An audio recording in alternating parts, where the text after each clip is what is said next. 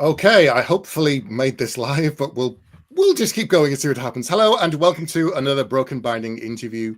Tonight I am talking to M.A. Carrick, Alice Helms and Marie Brennan, who of course have written Rook and Rose series. And here's the first one, The Mask of Mirrors, a special edition from the Broken Binding.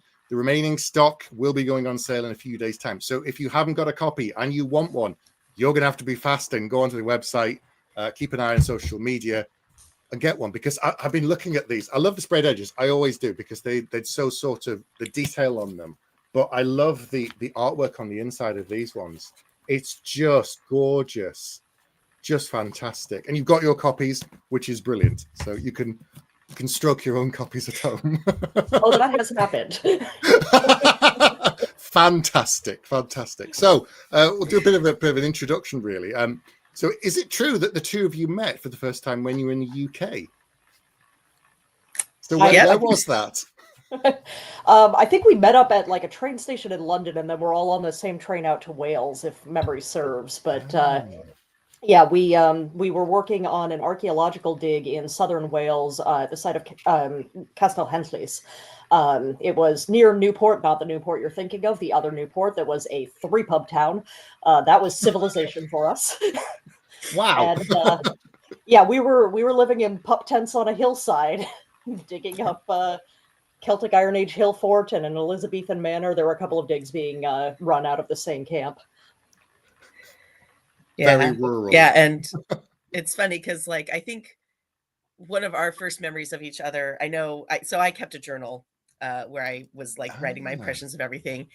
And my first memory of Marie was we went for this long walk, and I said something about Into the Woods and how much I loved the show, and Marie knew it, which I was very excited about. And I proceeded to sing the entire 5-part version of Your Fault all on my own, which revealed certain things about me that I probably should warn people about. But my first kind of impressions of Marie was watching her every night in the Fines tents, working on her novel. And it impressed and inspired me so much. I was like, wow, that's somebody who, like, she is definitely going to make it, because she has the kind of stick-to-itiveness to write a novel during her summer break in a Fines tent by the light of a halogen lantern. Dedication. So it was very impressive. And that ended up being your first novel that you published. It wasn't your first novel that you wrote, but no, it was the second one I wrote, but the first one I published. My first memory of Alice, so our camp was on this hilltop that you had to walk up this like rutted dirt road. So the bus drops us off at the bottom of the hill. Bus is not making it up this hill. Yeah. And we have to pick up our stuff and start climbing that hill, and we're huffing and we're puffing and so on and so on. And then someone up ahead of me just like drops their bag and sits down on top of it for a break and is like, I have nothing to prove. You know, I'm just going to take a rest. And I was younger and stupider, so I kept trudging. But I remember that Alice had the sense to just take a break. Yeah. Just very, very tired. Take a break. It was a very steep hill, and it had been a long day. True story. Going to work at that site was uphill both ways, because the campsite was on one hilltop and the dig site was on another hilltop, so you had to go down and up, and then at the end of the day, down and up. And every time we got our weekly, like, you get to go into town and visit civilization, at the end of the night, the bus would drop us off at the bottom of the hill, and we had to trudge back up it again. We got to know that hill very well. Yeah, really good quad workout. Yeah, lots of thighs like steel by the time you walked up and down this hill so many times. Oh yeah, yeah, fantastic. So let's talk about Rook and Rose. I believe this came from a role play, Alice, that you were doing for Marie for her birthday. Is that right? Yeah.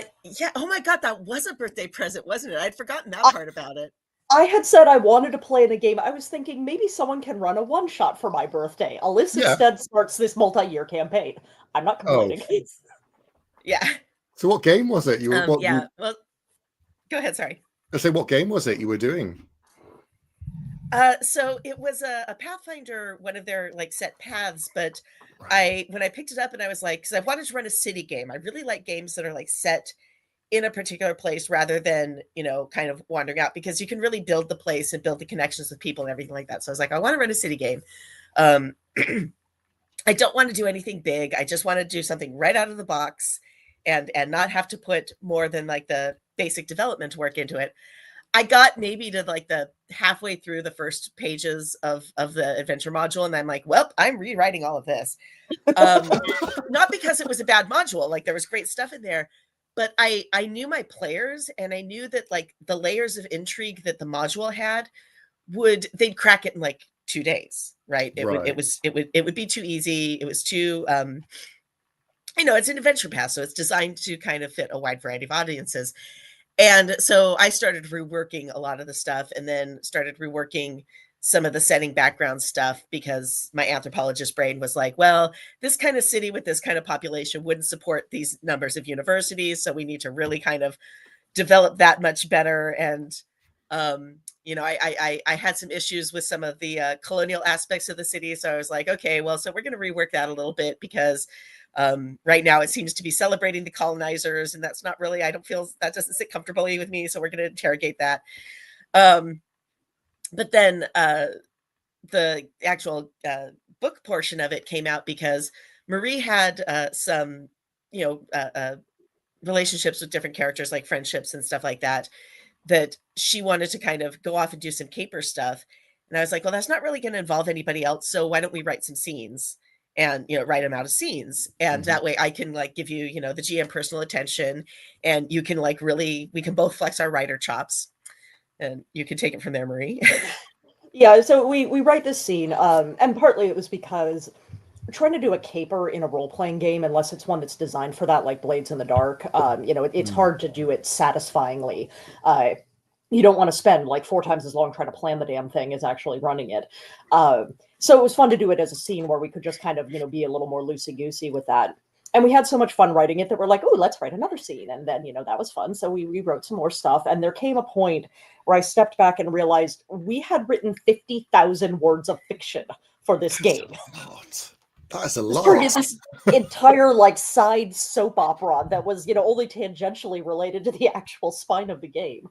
And at that point, I'm like, well, apparently we could write a novel together if we wanted to. And we started off trying to like brainstorm, okay, what are things Alyssa likes? What are things that I like? Where are the overlaps in those? Like, okay. And then eventually sort of took a step back and go, or we could write the thing we were already writing.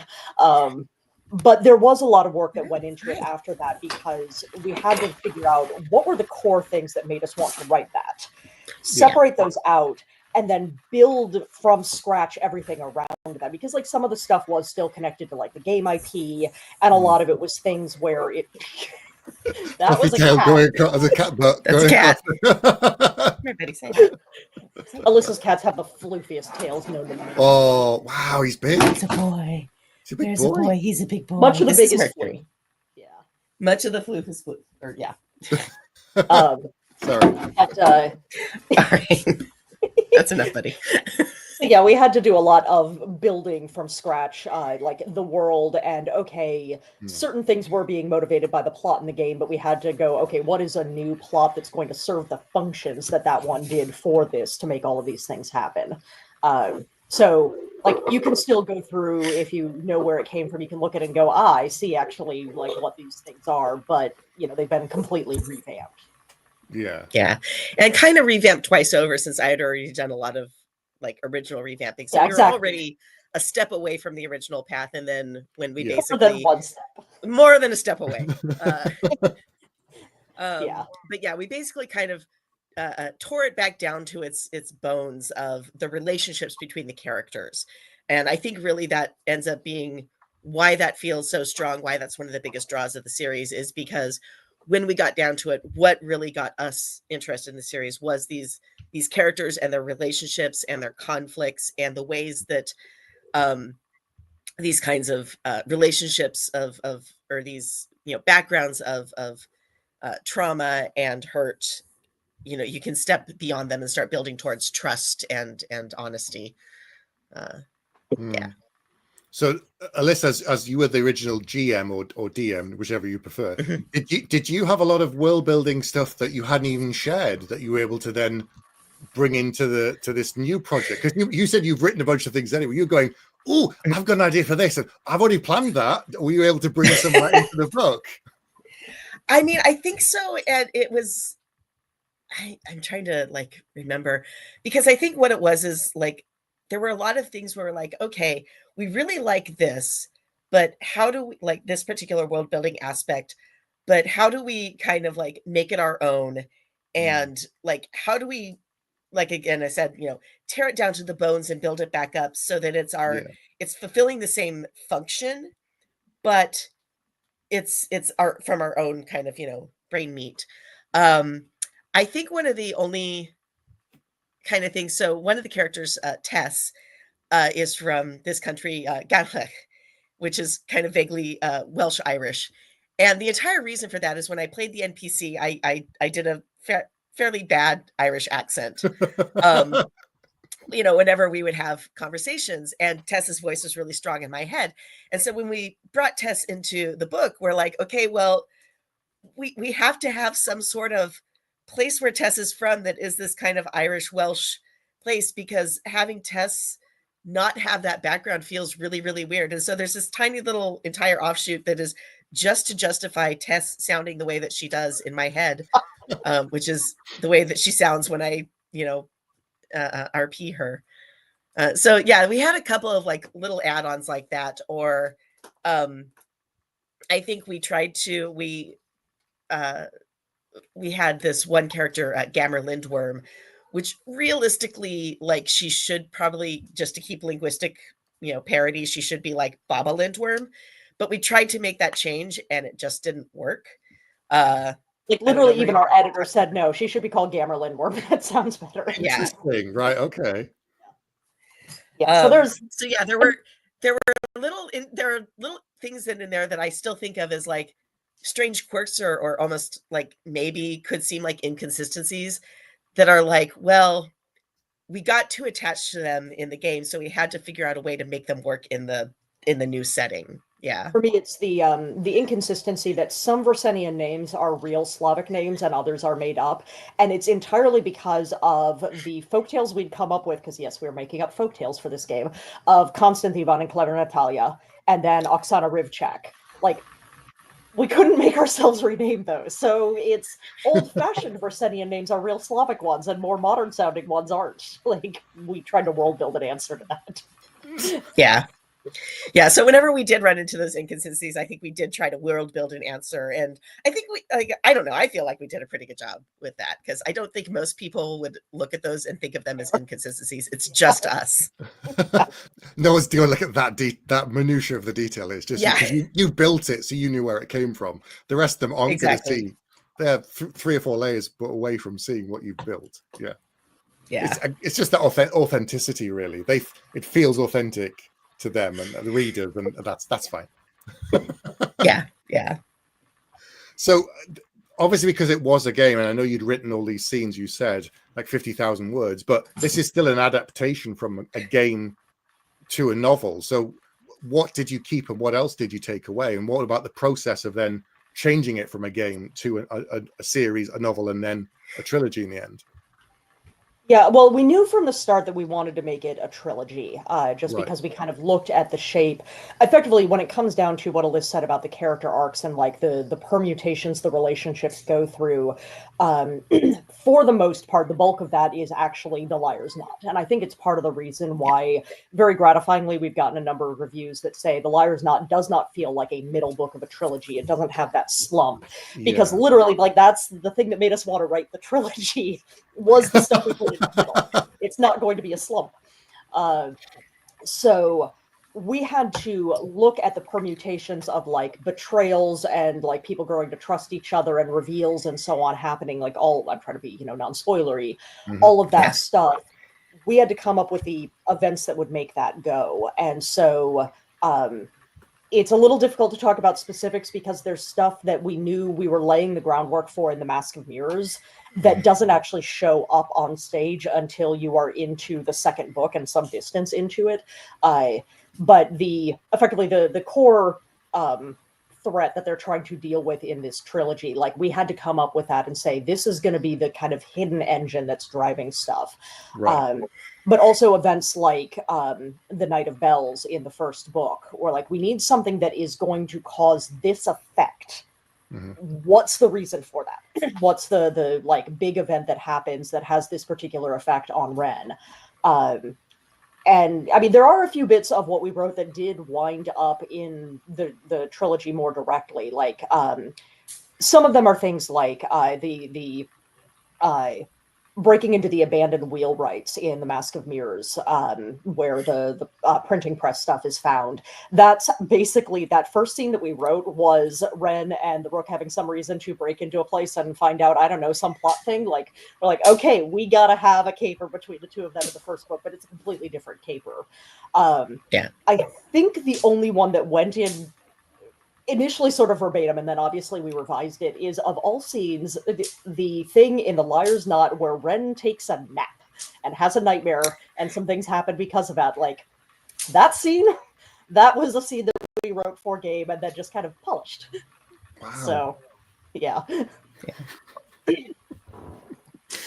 So you'd both written by yourself, and obviously you've been doing bits and pieces writing the scene. It's quite a difference between doing that than writing a full novel. So can you talk about the process of how it works with the pair of you both working on the same book but not at the same time? I mean, have you ever written, one of my questions was, have you ever written in the same room together on the book? Like, one's walking back and forth, one's on the keyboard, and then we're each on our own laptop. But yeah, because this had its roots in the role-playing game, where we approached writing it for those game scenes like RP, that basically anytime it was Ren doing something or her dialogue or her thoughts or whatever, I was the one who wrote it. And when it was NPCs doing stuff, Alyssa wrote it, though we were back channeling a lot in a way that you wouldn't for game, of like, oh, I'm going to write a response, tell me if it's okay, because I have an idea for where this could go. yeah. And then when we moved over to writing it as novels, same thing. Like, at this point, we'll do longer blocks and kind of trade off more, especially with our new series, The Sea Beyond. That one doesn't have quite the same original ownership of certain characters that Rook and Rose did. So we're more willing to, like, write each other's characters. But yeah, no, we are writing at the same time. We use a Google Doc and we just go back and forth of like, okay, I write this bit, you write that bit. Yeah. And we're really, especially with the Rook and Rose trilogy, there were times where, you know, not even just times, most of the time, we were trading back and forth at the sentence and paragraph level, and even sometimes going back and saying like, hey, I'm going to adjust this thing you did a little bit because it's going to feed into this other thing I want to do. Such that there are huge chunks of the books where neither of us can really tell who wrote what.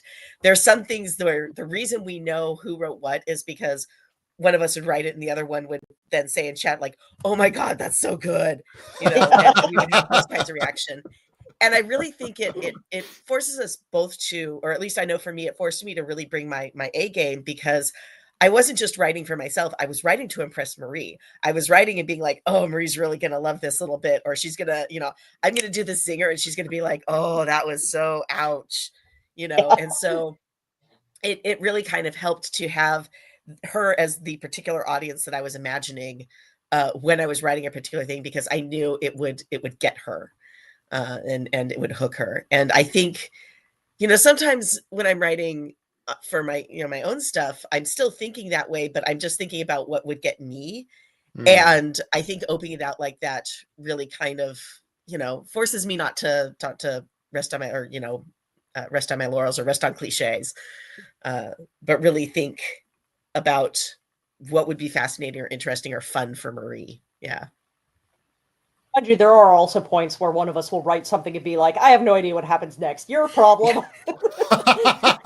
Pass the ball. Off you go. Yeah, there's a lot of like, oh, thanks for giving me that part. Yeah. One of the things I'm always and there are really jealous definitely of. places where we each have, you know, our individual strengths. Like oftentimes Marie will take charge on fight scenes. Very often I will have what we call my sexy pass, where I kind of I amp up the flirting sometimes.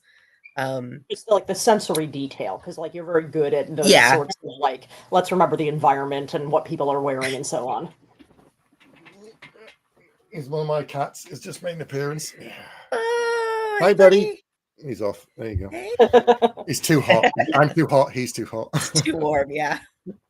One of the things I've always been jealous of TV writers is that approach where they literally sit in the same room and they go attacking an idea, and you have sort of 6 people just staring at a whiteboard going, how do we fix this thing? How do we fix this thing? So I love that kind of collaborative aspect of it, of being able to literally bounce an idea off someone immediacy and they go, I don't know, or ooh, what's next? And that kind of, where you find yourself doing that, going, okay, let's see where the ball goes, roll it a bit further. I genuinely don't think that, certainly for my own part, like trying to write something this intricately plotted and full of intrigue and so on, trying to do that by myself, like I think I would have lost my mind. Because there were any number of scenes where it's like, okay, like I'll speak of this in code for the people who have read it, White Sail in The Liar's Knot. We're like, okay, we need a thing to happen that's going to cause like this emotional beat between Ren and Vargo. How? Well, I don't know, maybe this. And it's like, well, you know, and I'll say, actually, this is a key part of collaboration is you've got to be able to work with, you need somebody that you're not, number one, going to be afraid that they're going to laugh at anything you say, but also you need to be able to have them say, well, like that works, but I'm not excited about it. Like, can't we do better than that? Rather than saying, oh, well, you know, it was their idea, so I shouldn't stomp on it. No, if it's not good enough, stomp on it. Let's do better. Yeah. And very often we would have circumstances where, you know, one of us would pitch an idea and the other would go, eh. And, you know, in the process of explaining or defending your idea, being like, no, I think this works because of this, or, you know, explaining why it's not working for you, we would either come upon a better idea or, you know, I know for me, being forced to articulate why something wasn't working for me very often helped me come around to like, okay, no, this is working, but let's do this, like, let's tweak it this way. Or there's one section in The Liar's Knot where I think we ended up rewriting it like 3 or 4 times, like this whole chapter, because we would write it and then I would look at it and I would be like, but it's just still not working. And Marie, I don't know how you didn't kill me. Oh, you're talking about that bit. Okay, so I was thinking, yes. No, there was one where it wasn't that we like rewrote a chapter multiple times, is that we were about to write it, and then Alyssa was like, no, I think we need to scrap this. And then we spent the day, you know, planning out, okay, here's what we're going to do instead. And the next morning I wake up to a message going, no, I think we need to do this other thing instead. Yeah. That happens. And breathe. But what we ended up being really much better than anything we had planned from before. Well, that's good. I'm glad it worked out and you didn't kill anybody. Yeah. But, you know, Harold said he picked up the series because Broken Binding, and now it's an all-time favorite, and they're on their display shelves. So there you go. Well, thank you very much. That's fantastic. That's fantastic. So speaking of, as you're saying, protecting each other and also being honest with each other, can you talk about the agreement that you created? Because you obviously friends too, but now you're going to be colleagues. Can you talk about that and how it worked? Yeah, let me see. I think if I put this in comments, people will be able to see it, I believe. Yeah. Yeah, let me pull up, actually, because we literally wrote up an agreement and signed it, like, as a legal binding. Yeah, pretty much. And the reason is that, I think this is what I want here. Yes. Effectively, you get people sometimes who say, oh, connect my YouTube account to do this. Well, I can probably do that. Sorry, 1 second here. I was gonna say, if you can't, I might be able to. I might have mine connected. I didn't expect to get diverted by this. Okay, there we go. All of that just so that I can post a link. People will sometimes say, like, oh, but, you know, I don't want to, like, mess up our friendship by, you know, doing a legal kind of thing between us. I'm like, no, that is insurance for your friendship. Like, we had things in there like pledging, we're going to write a minimum of a certain amount per week. And if we drop below that line, then we need to have a conversation. And it meant that there was never the point at which we would be sitting there going, oh, I feel like we're not doing enough, but, like, should I say anything? Should I not say anything? That was dealt with. It lays out things like, how are we going to split the money so there wouldn't be any disputes about that later on? Like, it's it is insurance for your friendship. It makes sure that you both know what you've agreed to and you have it in writing. So there's never any, oh, but I thought we were doing this instead. Yeah. And I will say that just having that, like, made me feel like, I know for me, made me feel comfortable about like the times when I was like, oh yeah, maybe I need to pick up the pace a bit more. Maybe I need to be contributing a bit more. Being able to know that that was there so that we could have the conversation if I felt like we needed the conversation, or so that I could go to Marie and say, hey, I know, because, I have a day job. And so that often like breeds conflicts. But yeah, I know it was for me, it was particularly useful just to keep me honest with myself as well. Yeah. Yeah, it makes sense because as I know, once you got that deadline, it's very difficult to move, and you've got to get it done. And so having that in place when it's just you and your editor starts chasing you, but if there's two of you and one of you's not pulling the weight, it makes a lot of sense to have that in writing. I think people are afraid of that, if especially because they think if I write with a friend, it'll be great. But then there's that thing of, it's also sometimes a great way to end a friendship. Yeah, this is it. Like, this is terrible. But I shouldn't say that. Like, oh, it needs work, and you've got to be quite polite. But equally, the deadline's looming, so it needs to get done. Yeah, well, it forces you to kind of like sit down and even before you sign the thing, to have the discussions about, what do we want to do? Is this just us writing for fun? Is this us writing for potential like self-publication? Are we doing this to try to, find an agent or find traditional publication? Like, just knowing that you're yoked together and you're pulling in the same direction is important. And actually sitting down and have those conversations before you start is, I think, necessary so that you don't have differing expectations of where it's going also. Yeah. Absolutely. I did notice when I went to the comments, which it for some reason wouldn't let me post the link, so thank you to providing for doing it. That's all right. The other one. Yeah. But I saw that there was a question there. Can we go ahead and field that now, or do you rather save it later? Yeah, we can save that for Gunter. Yeah, so why did you choose? Go ahead. Oh, you're the moderator. You do okay, so why do you choose to have a unique word sentence order that matched with the different languages? He says, only seen this once before, and it's pretty cool. So the fundamental answer is I'm a language nerd. I love languages. I love like different dialects and the different like features that mark them out. And particularly in this setting, because we have this colonized city where there's a difference between the people of the Lagante descent who had, come in as part of this conquest, and then the native Versenians. And then also kind of your like mixed Nadezhran types, because it's been 200 years. And of course, the cultures have blended in some places. We wanted it to be noticeable when Ren in particular, but also certain other characters were shifting those modes, like code switching that you probably hear people do in real life. In order to have that be clear, it could have been clear in the audio book just by switching accents and so on. But we wanted it to be noticeable on the page as well to make it more distinct that there are these different languages, these different traditions, these different societies. So yeah, the kind of like lower class Nadezhran thing, in terms of its grammar, it's based on Cockney. We didn't do like the H dropping and so on. That is, the most obvious feature of Cockney, but grammatically it's got some elements from that.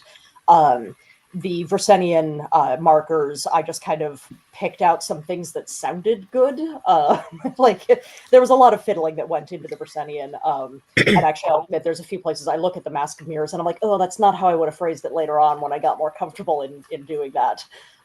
So, it's a little bit mutable. And also there was an element of it with Tess because, as Alyssa said, Tess basically has an Irish accent in their head. And so the kind of like more Irishy phrasings to how things get put.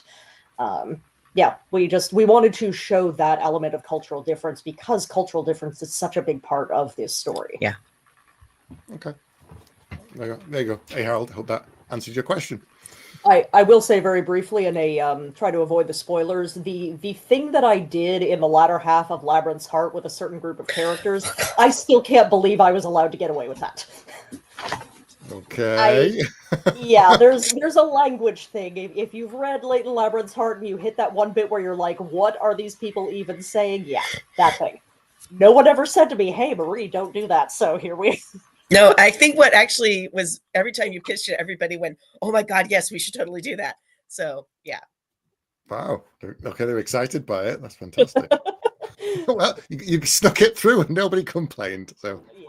They brilliant. cheered me on.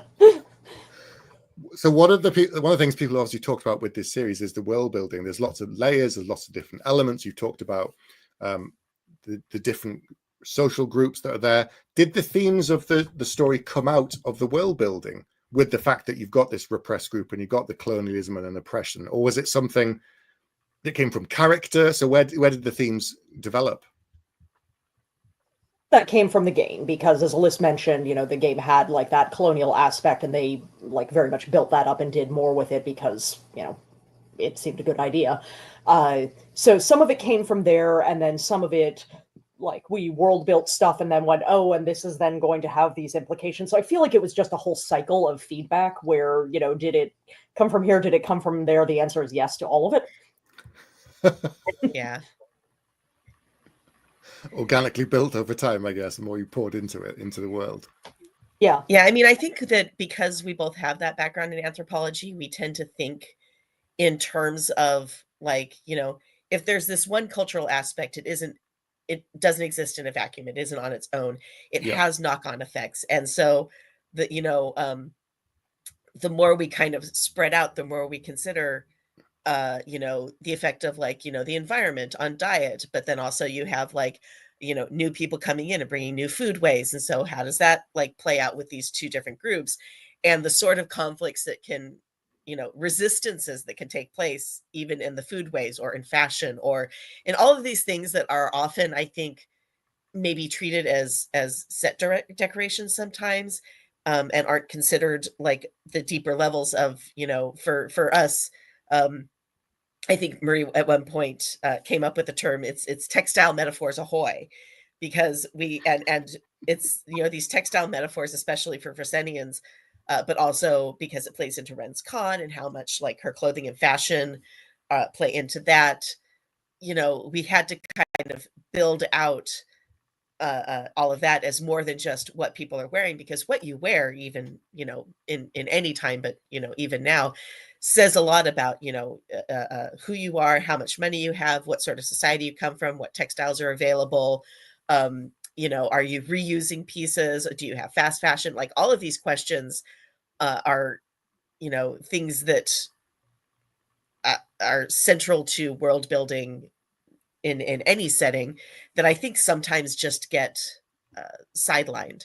And so for us, those were some of the more interesting questions, especially because, like fashion plays such an important role in Ren's ability to sell herself as somebody that she, isn't. I don't know, Marie, if you want to build on that. When you have things like, let's take the textile one, that literally came about in large part because we were trying to name the divinatory cards that show up in the story, and we decided to call it a pattern deck, and boom, all of a sudden textiles were everywhere in everything we said. But when you have those kinds of touchstones, you can keep sort of going back to them and saying like, okay, we wanted some kind of slur for effectively like a race traitor, somebody who is seen as like having betrayed their people and gone over, to the colonizers.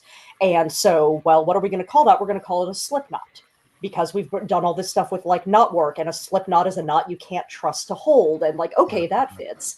Or they're on this like river delta, and so at one point we wanted to say something about like a person trying to kind of like be a different sort of trader, like they're trying to play both sides, and it came out as play both sides of the river, because the city straddles the river. And we're like, all right, these things that show up just in our idioms and slang that make, I think, the world feel like more integrated, because it's not just this piece over here that doesn't touch anything else.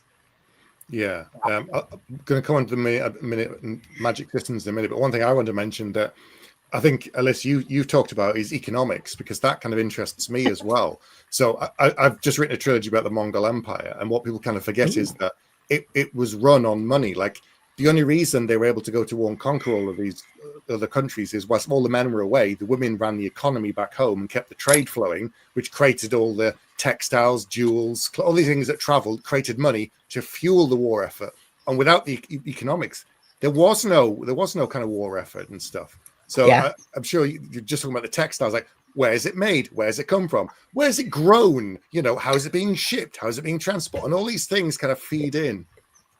Yeah, and I'm sad, like, we don't get into that as deeply as I would always love to get into, because if Maria is the linguistics nerd, I'm the economics nerd. So for example, we have this charter system, which is kind of how civil projects get executed in our setting, and but also kind of taken to extreme to pretty much any sort of civil support from police to whatever is handled by this charter system, which is actually based on how things were handled in Renaissance Venice, this Venetian, where families would get these charters. And so I had a lot of fun exploring that as much as we could, but we needed that there also because we needed to know enough about that system to be able to let Ren come in and navigate it and exploit it. And you have to understand how the system is working and why does it function? Like, why would a system like this function? Like, how does it function, in order to have your character be able to come in and really take advantage of it in ways that might not make sense the first pass through, but the deeper you get into it, the more you understand the system, the more you can kind of see the inner workings behind what we show you, the facade. Yeah. I was happy to hand that off to Alyssa because I don't particularly like economics. It is not a topic that interests me. And so literally there, were places where it's like Ren's doing something navigating the charter house system and the character says like, oh, and we could probably help you deal with, Alyssa will insert something here. Like I put this in square brackets and leave it for Alyssa to come up with a relevant detail. Yeah, that works. So I was going to ask about the magic systems because there are 3 in the book, and Leia said, how did you come up with the magic systems, and how did you decide to relate them to different characters? So I'm going to dispose of the unloved third child here the quickest, which is imbuing. It is the magic system that people often forget is in there, and in the society doesn't get a lot of respect. It was just an idea that had been floating around in my head for years of a magic system, or not even a magic system. I'll say we're a little allergic to that term because of the implications, but a way of magic that just is about making things do what they do better. And that's fundamentally what imbuing is. And it's not systematized the way the others are. And so it doesn't get as much attention in the society. Pattern, that was a thing that was a deal for Ren in the game version. Ellis actually made me shuffle cards and deal them out and then make a roll for my skill to see whether I was going to get useful information out of that. And it worked shockingly well. Frequently got cards that were very, very well suited to whatever I was trying to read about. So naturally we needed to have this in the story. And yes, I will show off here. Decks. There you go. You got the packing decks. Someone was asking about them. And yes, the Kickstarter is done. And I've posted a link so you can grab a set. There you go. Look at them. Look at that. Reasonably this, but just showing off a few of the lovely, lovely cards. That looks fantastic. Yeah, before we started writing the first book, I sat down and worked out. It was after Imaginal. Yes, I'm remembering this now because I left Imaginal and I went to Paris for a few days and I was sitting in a cafe figuring out the structure of the pattern deck. And so it's like tarot for anybody who doesn't know, what we mean when we say divinatory cards, but it's not just tarot with the names changed. It's built on a different structure of how are the cards organized and how are they read. And because we came up with pattern, then that immediately led to fundamentally pattern as a type of magic is about the connections between things. That's what it does. And that's why you see places in the story where it's not just about laying cards and divining stuff. It's about manipulating and sensing and affecting those connections. And then Numenatria was Alyssa's baby. Yes, because Marie had kind of taken point on the pattern. And because we knew that, I had some ideas for how Numenatria could be, based more mathematical, based in kind of sacred geometry and all these kinds of concepts. She handed that off to me and I took charge of that. And she loaned me a book, which I'm getting the URL for it right now. Sorry? I'm I going thought to it was post on my it. research shelf, but I think I've moved it. So I can't hold it up and show it to you guys because it is lost somewhere in the move. There is a link that will be showing up shortly. Okay, thank you. There we go. And I basically went away and between the information in that book and then also just like general kind of awareness I had reading I'd done before on things like sacred geometry and kind of more hermetic magics, I came back with like a multi-page document totally laying out all of Numenatria. And I feel like it really ended up fitting very well with, you know, Numenatria being this being the Leganti magic that's very structured, seems very rational, and then pattern being this much more intuitive, poetic, divinatory magic that the Visenians had, that it fit with the worldviews of the two cultures that we had kind of built up.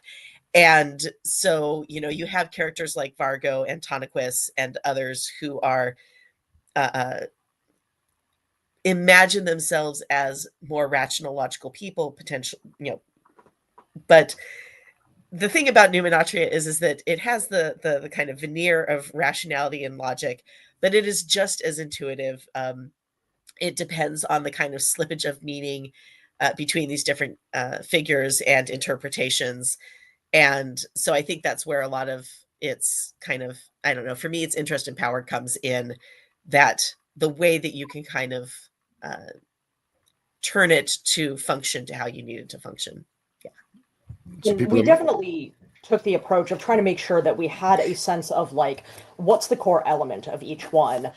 So like if with pattern it's about connections between things, and Numenatria we decided is about channeling energy. Fundamentally that is what Numenatria does. It channels energy from one place to another for certain effects. And so for them, you know, it's very bound up with the gods because like it is the divine energy that is being channeled.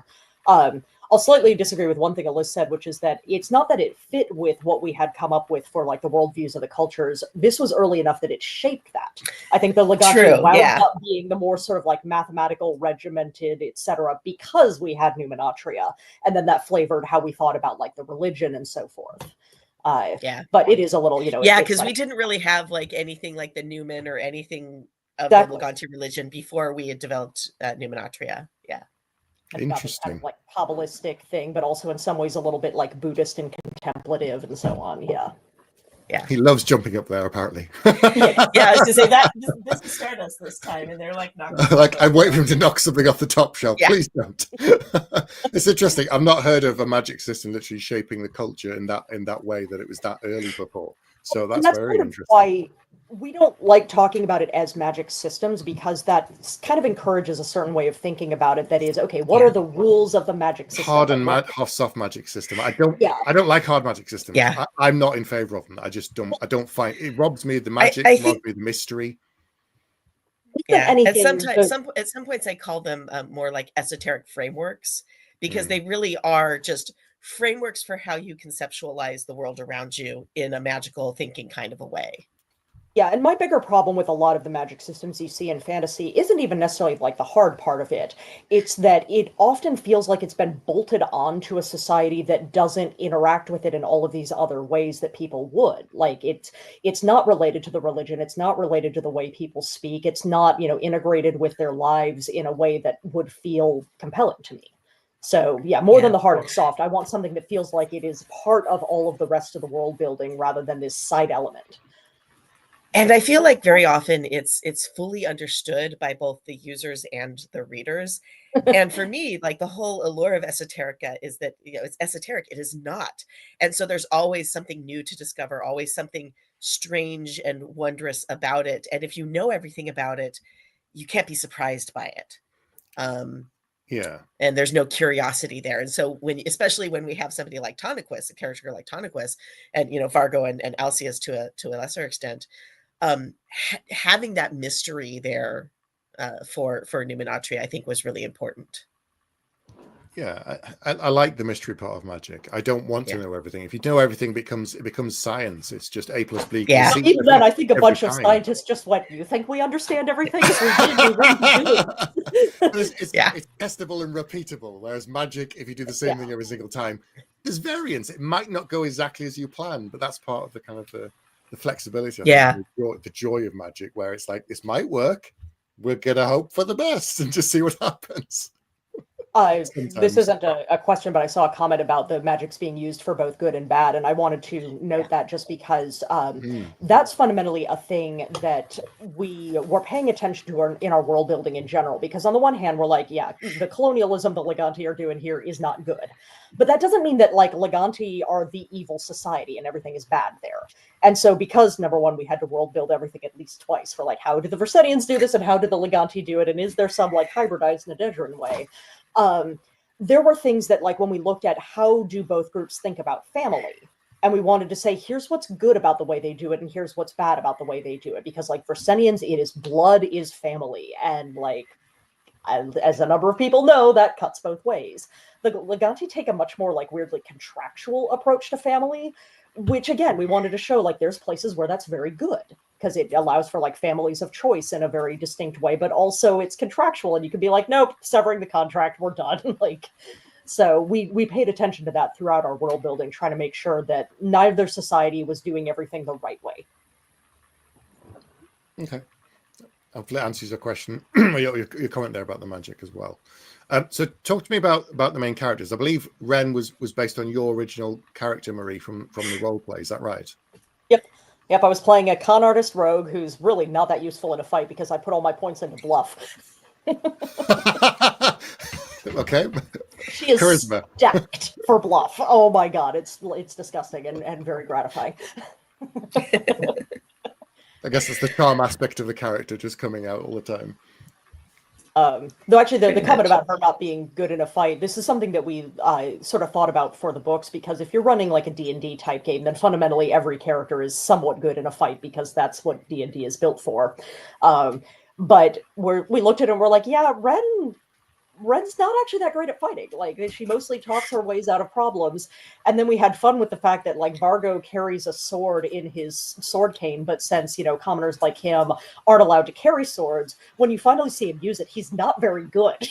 Like, Yeah. he doesn't come out and haha, you know, swashbuckling, etc. Like, he tries to use a sword like a really long knife, and that is not how it works. So Yeah, because I mean that's the thing is like with sword fighting, you know, or any kind of fighting, like that is a skill that needs constant reinforcement. There's you know, there's a reason that Oksana Rifchek is just, you know, almost every time we see her, she's practicing. and again at that spot on the wall, and she misses by 2 Oh yeah, inches. poking at the spot on the wall. Yeah, that moment. But yeah, and so a lot of the other characters, like there are some that are new for the books. There are some that got a kind of a reskin from the game. Sorry. And then there are some that are pretty similar to, especially our core characters are pretty similar to what they, like the role and the personality they were in the game. So Vargo, Gray, I think Denaya and the Trementus family, Denaya, Juna, and Liato, they're all new kind of for the books, fulfilling a similar function that there were some NPCs that were fulfilling. I think of the really central characters, the only one who's brand new is Tanaquist. There's no Tanaquist equivalent anywhere in our. There was no Tanaquist in the game. And then the Rook obviously there was a version of him in the game, but he also kind of got a makeover for the books. I like the idea that you know, a character can be compelling and they don't have to be good at absolutely everything, and they have some skills that might not be the best all of the time. Like, so a friend of mine, I do role playing, and we built our own system, and he took skills that on purpose wouldn't be useful. So he had like juggling, and he was a cartwright, and like, you know, at some point someone did break down and he could repair the cart, but we were like 6 months into the game and he was just like, everyone else has got sword fight and he's there with his cartwright tools, and like, well, I can't really help. And it just feels slightly more rounded and more realistic that not everyone's going to be good at fighting, not everyone's going to rush in like the hero. It's like, I don't think so. I like that Pathfinder has an optional rule where you basically get additional skill points that can only be spent on what they've designated as background skills, and they're the ones that people often, you know, neglect because they're less useful. And so, yeah, like certainly when you're making characters for a novel, unless you're deliberately writing something that's trying to feel like that D&D adventure fantasy, you want to approach thinking about the characters a bit differently than you often do in a game, and give them more of that like depth and background, and give them the things that don't necessarily play into the goals of a game. Yeah. A question here saying, do you have more subplots with some of the secondary characters that did not make it into the books? Favorite ones were Guyana and Lascat. I don't know if we had subplots per se, because like fundamentally, when we signed the contract, there was a ceiling on how long the books could be, and we were constantly Yeah, and they're butting up. already we were already 20, constantly like you know, yeah. like squeeze that in a bit, you know. Like there was, I know that when we started writing The Liar's Knot, there was a whole subplot where like Gray was investigating this theft at like a warehouse that was owned by the Acrenics, and it was serving an actual load-bearing purpose, except that we looked at it and were like, it is going to take so many words to get to the load-bearing purpose of this that it's not enough. We got to do something faster, and that's why we invented the Ordo Apis. Like that was the new plot we brought in instead. But yeah, we were fighting the whole time to keep ourselves under that limit. So I think we didn't let ourselves indulge as much with side plots for like Juna and Yaskat. Yeah. Like, I mean, there's never. There's definitely like I know we would talk about sometimes, and I would definitely go off and just imagine like, what are these other characters doing? Or I think that every time two characters meet, I have my ship goggles on, and I'm like, how would they like ship together? And confirm, Alyssa was shipping Juno with everyone. She needed a nice girlfriend.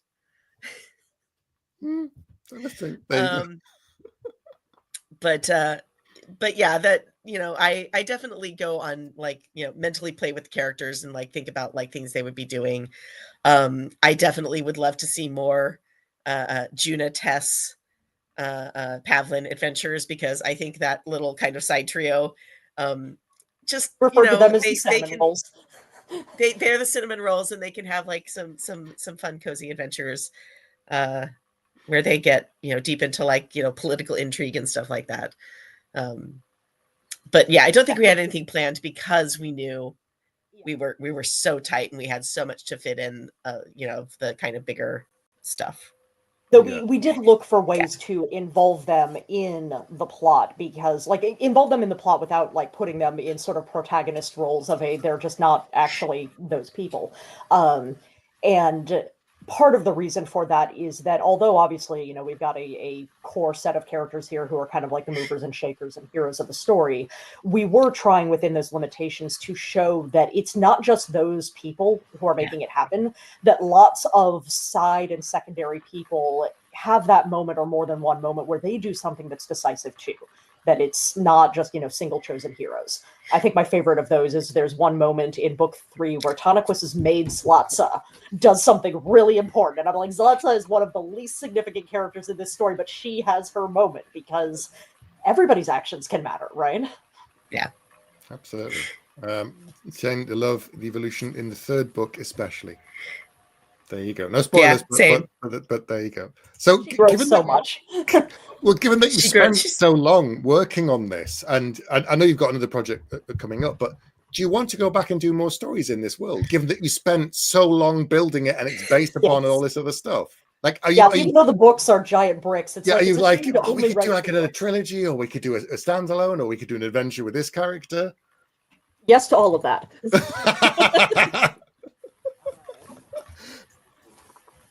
Yes, please. So what's more? So what are you planning then? Are you just going to start writing something and then when it's ready, start telling people about it? Well, so I just gave you the link for there is short fiction in this setting already. Yeah. So if people may not be aware of that, I figured you can go look that up. We would like, and sort of tentatively, we need to do some stuff for this, but we might be able to do a short story collection that would pull together those stories and some additional ones. And then Alyssa has a number of things that, including some that they might go off and write on their own, like a kind of Vargo-related thing. I have a Vargo prequel, probably novel, that I want to write, Interesting. but I just need to A, find the time to do it, and B, make sure it doesn't end up being like Han Solo, where That's that's not a the bad danger thing. of prequels. That's not a bad Is thing. it's I'm like just okay, the character, but man. Yeah, the it's the danger character of of it. prequels. Sometimes the mystery is better than answering the questions, and so I don't want to end up doing that. But I do want to explore his early relationship with stuff. Mm-hmm. I actually just realized that mentioning the stuff might be a spoiler, so I won't talk Yeah, about okay. it. But yeah. Yeah. We do our first idea actually, which I doubt this is ever going to happen because there's a lot of hurdles in the way of it, but we have an idea for a story that would take place after this trilogy that would like pick up certain things that get introduced, especially in the third book, and be like, okay, let's go, write something that deals with that. But the problem is it would inherently be a bunch of spoilers for this trilogy. Yeah. And Right. it's always a hard thing in publishing to do a sequel series to something that is, not runaway bestseller. And though these books have sold quite well, they're not runaway bestseller of you can write a sequel series and that'll go great. So we're probably never going to write that one, sadly. But we do have another nascent idea that would go backward and do something set in the historical past of the setting. And we'll see if we ever manage to do that, but we would very much like to. It would be set shortly after the destruction of Fiavla, for people who want to know what do I mean a few hundred years. Originally, we were like, we can write something about the destruction of Fiavla. That would be horrifying and depressing. That would be so depressing. Rocks fall, everyone dies. Okay, no, let's write about after that when people are dealing with it. Okay. I was going to say, given that you've described this series as sort of anti-grimdark, that'll be like the grimdark full circle going back again. Yeah. We're not the people who want to write that story of like, here's how an entire city and a clan was destroyed and everybody died, the end. You know what's coming, everyone. Yeah. But no, we did describe the series as anti-grimdark because it starts off with the characters like being very emotionally scarred and mistrusting and lots of, like problems in the city and so on. But the overall arc of it, instead of being rocks fall, everyone dies, is people kind of growing and healing and like learning to trust and so on and finding good allies and being able to make that change. And we tried to keep it from ending on too pat of a note where it's like, oh, everything is roses and wonderful now. I'm like, no, I mean, it's still going to be messy and hard, but it's a better kind of messy and hard. Yeah. There's still more to do. There's always more work to do. Yeah. But you got allies to do it with. Yeah. Yep. So speaking of next, I noticed on your website, you have something new announced for next year. The Sea Beyond. This is a new M.A. Carrick project, I believe. What can you tell us about it? Do you want to do this one? So it's your fault. The idea for it came out of the idea for this came out of we had pitched a different series to our editor as the follow up to this one. It was a different setting entirely. Touch on my nose really quick. And when we got the response back, it was very clear that they were like, we really, really want to work with you guys again, but this idea isn't working for us. And several times in the response, they said, we want something more commercial. We want something more commercial. So I very cynically spent the weekend thinking about, like, I just like dwelling on that term, more commercial. I'm like, what the hell does that mean? Like, both of us were like, what the hell does that mean? And so I cynically came up a list of commercial, which was fairies, dark academia, romantasy, cozy. Those were like the four things that I'm like, these are like the ultimate commercial right now. Mm-hmm. And then that kind of mixed in with a couple of other like things that ideas that have been floating around in my head, which one of them is the quote, "The map is not the territory." Another is what if like travel writers whose work has since been brought into question, like John Mandeville, Herodotus, and then others who are like actually legit, like Ibn Battuta, were actually right about the strange and wondrous things they were writing about in the world beyond the known European kind of milieu. And so I sent Marie a pitch basically on Monday that was like, okay, something set in like the Age of Exploration with like a chain, like people have figured out how to pin down the fairy world in the kind of sea beyond what is known, and pin down all these islands of the fairy world into like map it in place so that they could be conquered and exploited. And there's some changeling who comes in and wants to try to figure out how this magic is being done so that he can stop it. And from there, Marie had some very, very good tweaks. I'll let you kind of take it out from there. Yeah, so, I mean, given that a list started with a cynically, like, let me brainstorm what's considered more commercial right now, and, like, run right at that, and we ran right past it and missed it. This is not there's very little dark academia. There's no cozy. There's no romantasy. There are fairies. Fairies. Yeah. They are not fairies. fairies like you usually think of fairies. Like, they're not ACOTAR fairies. They're very much more based in kind of folklore and folk history. Well, some of it is folklore and folk history, and some of it is just us going off into the wild blue yonder. Just but yeah, made up, yeah.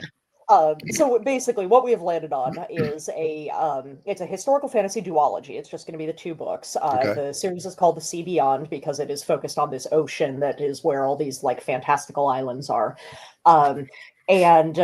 Spain, and in addition to conquering the New World, like they're still doing that part and colonizing that, they are also colonizing and conquering this other world, the Sea Beyond. And so a fairy who actually dwells in Spain rather than in the Sea Beyond strikes a deal with a mortal that basically he becomes her son as a changeling so that he can try to infiltrate mortal society and figure out how they're doing this and put a stop to it.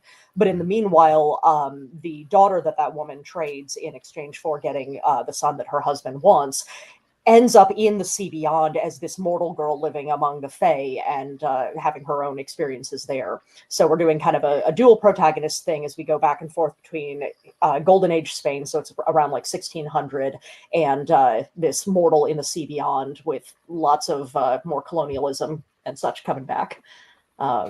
We get a little dark academia in there because Esteban, as a changeling, goes to Salamanca and studies there for a while. But yeah, we ran at that target and missed. Hey, but you've got it. It's being published, so obviously yes, exactly. Like if other things didn't fly and this one does, then you're doing something right. So I think that's great. Well, that's next year, and then probably the year after, I guess, for the sequel, 2027. What year are we in? Yeah. Good Lord. I'm losing track. Totally losing track. Because publishing works, so far ahead. Right. Well, I'm looking forward to seeing that next year. That's fantastic. So just remind everybody who's tuned in late, don't forget there are leftover sets for Rook and Rose, Mask of Mirrors, and Liars Not. And I've forgotten the 3rd book title because it's not in front of me. But the trilogies are available in the next couple of days, so keep an eye out on the Broken Binding website for those. And they're there on the shelf. Alyssa's showing you off. There you go. You see the sprayed edges just there on her shoulder. Thank you all for joining us tonight, and thank you to Marie and Alyssa for joining us and talking to us, and thanks for all your questions, and we'll see you all next time. Good night, everyone. Thanks, everyone.